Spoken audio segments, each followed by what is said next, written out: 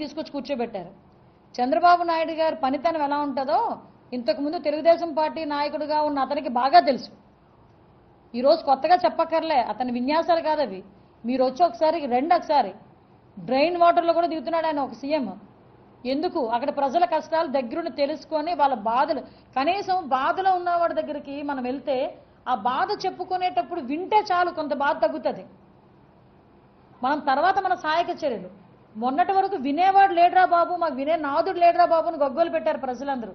కానీ ఈరోజు ఒక ముఖ్యమంత్రి స్థాయిలో వ్యక్తి అక్కడికి వెళ్ళేటప్పుడు అప్రోచింగ్ కూడా ట్రాక్టర్ మీద వెళ్ళేదానికి కూడా అవ్వకపోతే ఒక జేసీబీ మీద వెళ్తున్నారు. వెళ్ళి ప్రజల దగ్గరికి వెళ్ళి వాళ్ళకి అన్నీ అందుతున్నాయా లేదా, వాళ్ళకి సహాయక చర్యలు అందుతున్నాయా లేదా, రేషన్ అందుతుందా లేదా, కరెంట్ వచ్చిందా లేదా, వాళ్ళకి శుభ్రాలు అయినాయా లేదా, ఇటువంటి మెడికల్ ఇష్యూస్ రాకూడదు అని చెప్పి స్వయంగా వెళ్తే నీకేంటి నొప్పి? ఒక్కసారి నేను మొత్తాన్ని అక్కడ క్లబ్ చేయడం ద్వారా ఎటువంటి సహాయక చర్యలు జరగట్లేదు, చంద్రబాబు నాయుడు గారు వెళ్ళడం వల్ల ఇంకా డిలే అవుతుంది తప్పితే ఏం జరగట్లేదు అంటే విషయం ఏంటంటే ప్రతిపక్ష పార్టీకి కనీస అవగాహన ఉండదు. వాళ్ళకి ఫ్లడ్ మేనేజ్మెంట్ కానీ, సైక్లోన్ మేనేజ్మెంట్ కానీ, కనీసం డిజాస్టర్ మేనేజ్మెంట్ ఎలా చేయాలో కూడా వాళ్ళకి తెలియదు. కాబట్టి ఇలాంటి కబుర్లు ఆడతారు. చంద్రబాబు నాయుడు గారికి ఇది కొత్త కాదు. అప్పుడు హుద్హుద్ చేశారు, మీరందరూ సాక్ష్యం దానికి. హుద్హుద్ టైంలో చంద్రబాబు నాయుడు గారు అలా చేశారు, మీరందరూ సాక్ష్యం. మీరందరే కాకుండా విశాఖపట్నం ప్రజలు 2019 టైంలో కూడా ఇక్కడున్న 4 సీట్లను గెలిపించారంటే ఆ రోజు చంద్రబాబు నాయుడు గారి మీద ఉన్న నమ్మకం. మీకు ఒక విషయం చెప్పనండి, మురిగేవి ఎలాగో మురుగుతూనే ఉంటాయి, మేము వాటి గురించి ఆలోచించట్లే. కానీ విజయవాడకి అటువంటి ప్రాబ్లం రావటం అనేది దురదృష్టం. అటువంటి ప్రాబ్లం వచ్చినప్పుడు సీఎంగా చంద్రబాబు నాయుడు గారు ఉండటం అనేది అదృష్టం అని చెప్పి విజయవాడ ప్రజలే భావించే పరిస్థితి.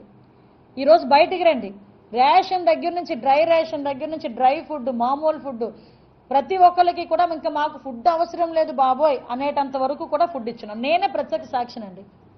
అఫ్కోర్స్ నేను ఒక హోమ్ మినిస్టర్గా, ఒక డిజాస్టర్ మేనేజ్మెంట్ మినిస్టర్గా నేను మాట్లాడడం కాదు.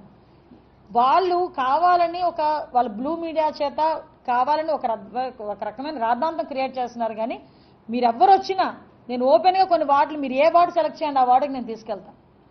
స్వచ్ఛందంగా గవర్నమెంటే కాదండి, స్వచ్ఛందంగా చాలా మంది బయటకు వచ్చి విరాళాలు ఇస్తున్నారు.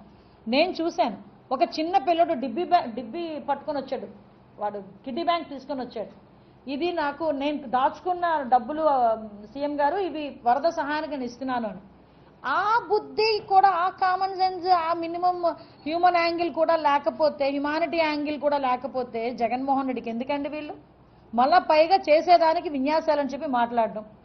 చంద్రబాబు నాయుడు గారు వెళ్తారు, చంద్రబాబు నాయుడు గారు విజిట్ చేస్తారనే భయంతోని, వాళ్ళకున్న రెస్పాన్సిబిలిటీతోని కూడా అక్కడున్న అధికారులు ఇమ్మీడియట్గా రెస్పాండ్ అవుతున్నారు.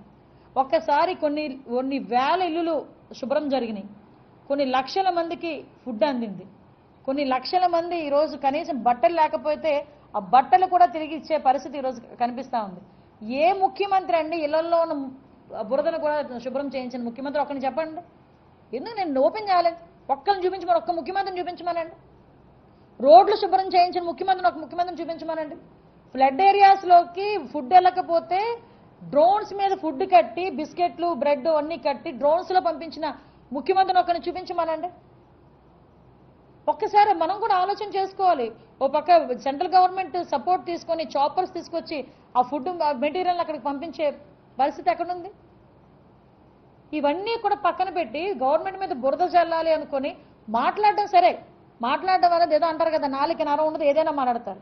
చేతల్లో కూడా ఇలాంటి బోట్లు పంపించి ప్రకాశం బ్యారేజ్ని డ్యామేజ్ చేయాలని ఆలోచించే ఇటువంటి మూర్ఖుల్ని, ఇటువంటి వాళ్ళని ఏమంటారంటే క్రిమినల్స్ని ఏం చేయాలో ప్రజలు కూడా ఆలోచన చేసుకోవాలి.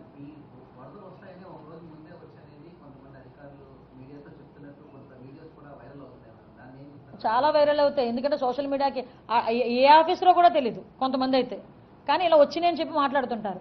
కానీ ఒకటి మాత్రం సిసోడి ఒకటండి, చాలా క్లియర్గా అక్కడ ఎక్కడైతే ప్రాబ్లం, చంద్రబాబు నాయుడు గారు స్వయంగా అక్కడికి వెళ్ళి సిచ్యువేషన్ చూసుకొని అక్కడికి వెళ్ళి ఇమీడియట్గా కలెక్టరేట్లో